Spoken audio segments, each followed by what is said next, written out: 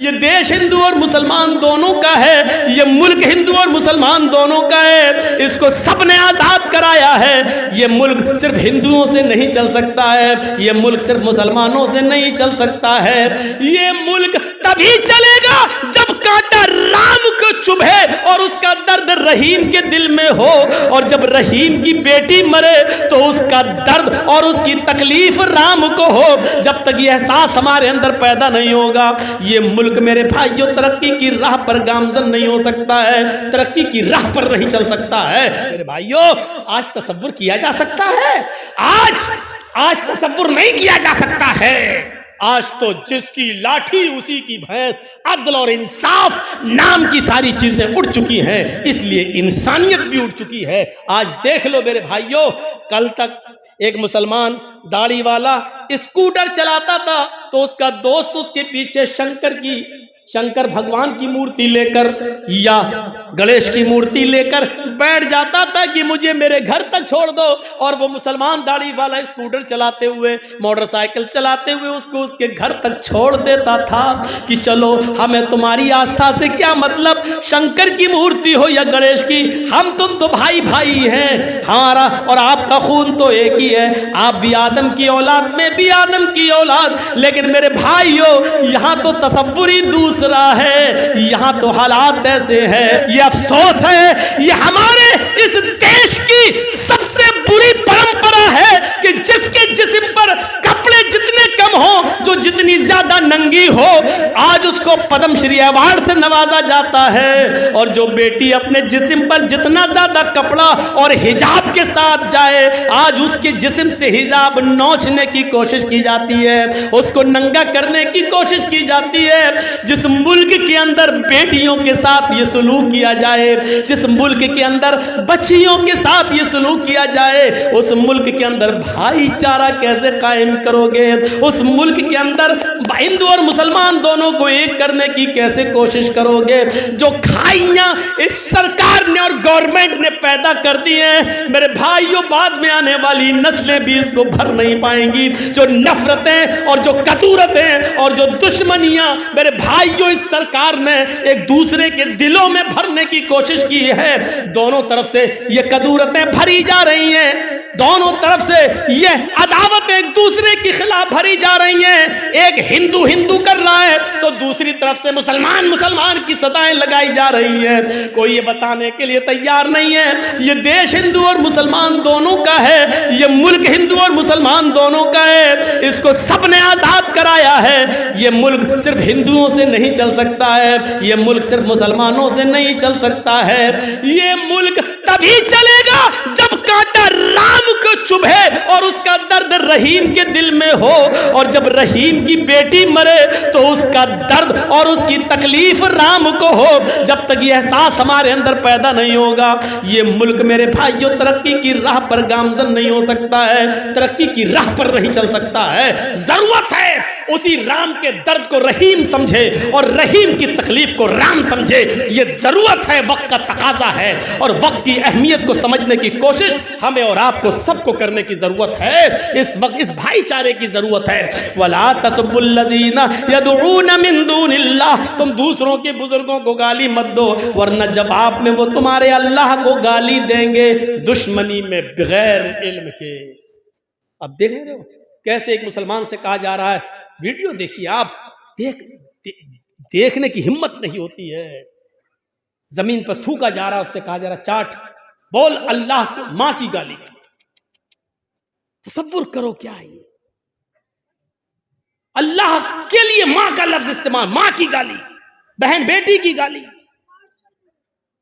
और उस दाढ़ी वाले की दाढ़ी पकड़कर नोचते हुए कहा कबोल जय श्री राम। ये कौन सा?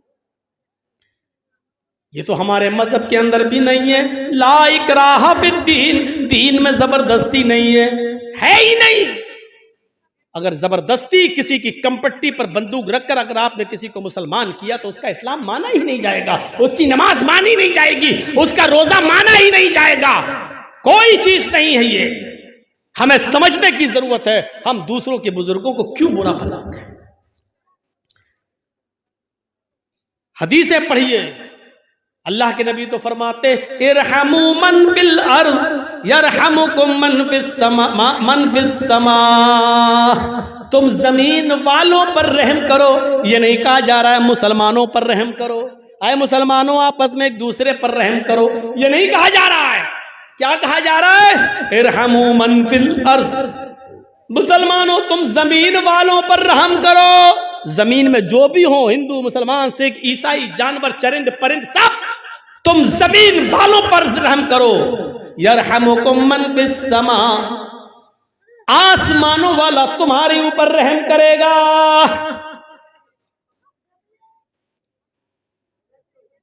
हमारे पड़ोस में एक हिंदू रहता है, उसका बच्चा बीमार है, हॉस्पिटल के अंदर एडमिट है, रमजान का महीना चल रहा है। डॉक्टर ने कहा इसको 1 बॉटल खून की जरूरत है, ऑपरेशन होगा। बाप का ब्लड मैच नहीं खा रहा है बेटे के ब्लड से। हमारे उस हिंदू पड़ोसी को मालूम है कि मौलाना जर्जीज का ब्लड ग्रुप वही है जो मेरे बच्चे का है। फोन आता है, एक मिसाल दे रहा हूं, वो हिंदू पड़ोसी फोन करता है, जर्जीज साहब आपका ब्लड ग्रुप क्या है? जर्जीज साहब जवाब देते हैं A+। अरे मेरे बेटे को A+ ब्लड की जरूरत है, अगर आधे घंटे में आप हॉस्पिटल नहीं पहुंचे तो मेरा बेटा मर जाएगा। जर्जीज साहब जा रहे हैं, गाड़ी उठाई, बाइक उठाई, 4 व्हीलर पकड़ी, भागे, हॉस्पिटल पहुंचते हैं। डॉक्टर ने ब्लड का नमूना लिया, A+ पाया गया है, पॉजिटिव पाया जा रहा है। हाँ ठीक है, लेट जाओ। जर्जीज साहब लेट गए, लेकिन मसला मालूम है कि रोजे की हालत में 1 ब्लड बॉटल ब्लड नहीं दिया जा सकता। खून की जांच मलेरिया या बुखार टेस्ट करने के लिए 2 ml 3 ml 5 ml ब्लड निकाला जा सकता है रोजे की हालत में, उससे रोजा नहीं टूटेगा। लेकिन 1 बॉटल ब्लड रोजे की हालत में देना जायज नहीं है। इधर उस हिंदू बच्चे की जिंदगी बचाना भी जरूरी है। शरीयत ये कहती है, यहां हमारा मजहब ये कहता है, जर्जीज साहब उस हिंदू बच्चे की जान बचा लो, यही इंसानियत है। इसके लिए अगर तुम्हें रमजान के महीने का फर्ज रोजा तोड़ना पड़ रहा है तो तोड़ दो, रोजा खत्म कर दो। ये रोजा बाद में भी पूरा किया जा सकता है, लेकिन अगर वो हिंदू बच्चा मर गया तो फिर दोबारा जिंदा नहीं किया जा सकता है। ये इंसानियत हमें इस्लाम ने सिखलाई है कि हमें उस हिंदू बच्चे के लिए, उसकी जान बचाने के लिए अपना रोजा तोड़ना पड़ेगा। लेकिन 1 बॉटल ब्लड देकर अगर हमारी जिंदगी खतरे में नहीं है तो हम उसको 1 बॉटल खून देंगे और उसकी जिंदगी को बचाना हमारे लिए फर्ज हो जाएगा, जरूरी हो जाएगा। जो मजहब गैर मुस्लिमों के बच्चों की जान बचाने के लिए ब्लड देने को जायज ही नहीं बल्कि जरूरी करार दे रहा हो और उसके लिए अपनी महज मखसूस इबादत रोजा तक तोड़ने का हुक्म दे रहा हो, उस मजहब की इंसानियत का मुकाबला दुनिया का कोई मजहब नहीं कर सकता है। इस इस्लाम की इंसानियत का तकाजा और उसके फजीलत को दूसरे मजहब के अंदर अशरे अशीर उसका 10वां हिस्सा भी, उसका 1/10 भी नहीं दिखाई देगा, 10वां हिस्सा भी नजर नहीं आएगा।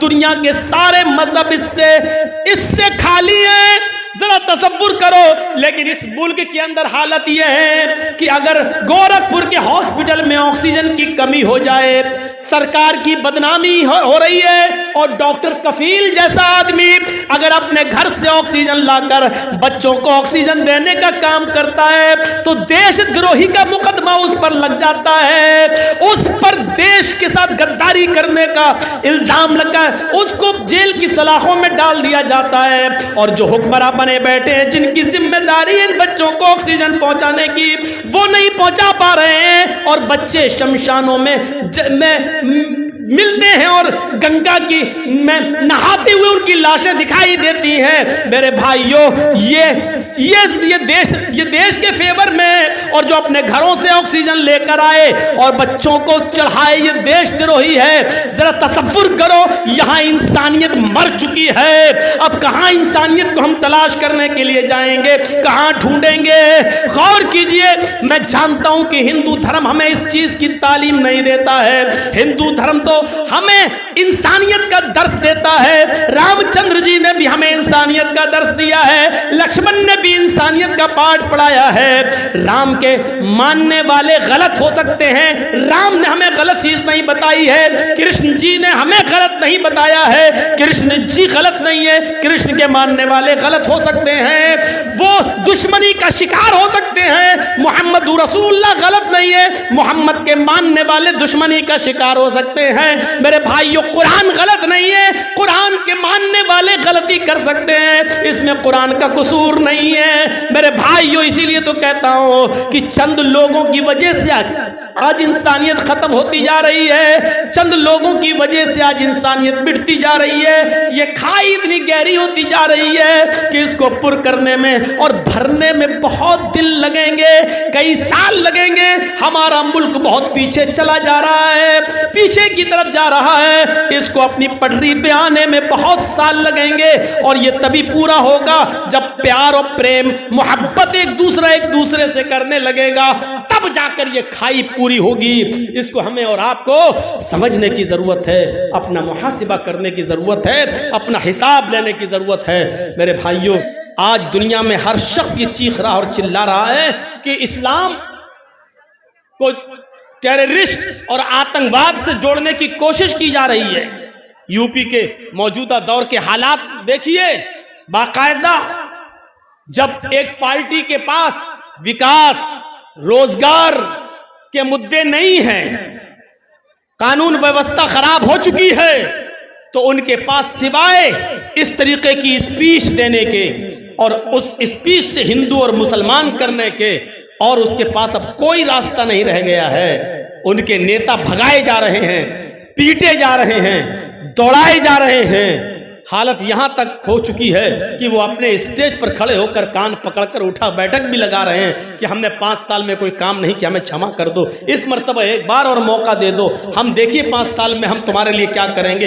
ये सूरत हाल पैदा हो चुकी है। लेकिन उनके बड़े बड़े मंत्री आज भी ध्रुवीकरण करना चाह रहे हैं। देखो हमने राम मंदिर बनवाया या नहीं, देखो आजम खां जेल में है या नहीं, देखो मुख्तार अंसारी जेल में है या नहीं, देखो हम अगर सरकार में नहीं आए तो आजम खां छूट जाएगा, मुख्तार अंसारी छूट जाएगा, अतीक अहमद छूट जाएगा। इस तरीके की भाषा यूज करके और सिर्फ मुस्लिम क्रिमिनल लोगों का नाम लेकर ध्रुवीकरण करने की कोशिश करके मुसलमानों को किसी न किसी शक्ल में इंसानियत से निकालने की कोशिश की जाती है कि ये इंसान ही नहीं है। कभी हिजाब का मुद्दा उठाकर, कभी आप देखिएगा इसके बाद फिर एक मुद्दा उठेगा, किसका? जनसंख्या बढ़ रही है, अब एक कानून लाया जाए, हम दो हमारे दो, एक दबेगा दूसरा उठेगा, दूसरा दबेगा तीसरा उठेगा, तीसरा दबेगा चौथा उठेगा, ये एक एक करके उठेंगे। क्योंकि अब राजनीति के लिए यही चीज रह गई है, जो जितना ज्यादा मुसलमानों को अलग करके हिंदुओं को एक कर दे, वो समझता है कि मैं ही बस बादशाह बन सकता हूं, मैं ही राजा बन सकता हूं। इसलिए आज के इस दौर में इंसानियत के मौजू पर गुफ्तगू करना बहुत जरूरी है। हम अल्लाह से दुआ करते हैं कि बारे अल्लाह हमारे अंदर इंसानियत पैदा फरमा दे, अल्लाह इंसानियत को समझने की हमें तौफीक अता फरमा, इंसानियत हमारे अंदर कूट कूट के भर दे। अल्लाह इस मुल्क के अंदर तकलीफ किसी गैर मुस्लिम को हो तो उसका दर्द हमें हो, और जब हमें तकलीफ पहुंचे तो इसका दर्द गैर मुस्लिम को हो। हमें आपस में ऐसा भाई भाई बना दे। बारेला जब तक तो हमें जिंदा रख, इस्लाम पे जिंदा रखना, और जब हमारा खात्मा हो तो ईमान पर हमारा खात्मा फरमाना। वमा अलैना इल्लल बलागुल मुबीन व आखिरु दावाना अनिल हम्दुलिल्लाहि रब्बिल आलमीन। अस्सलामु अलैकुम व रहमतुल्लाहि।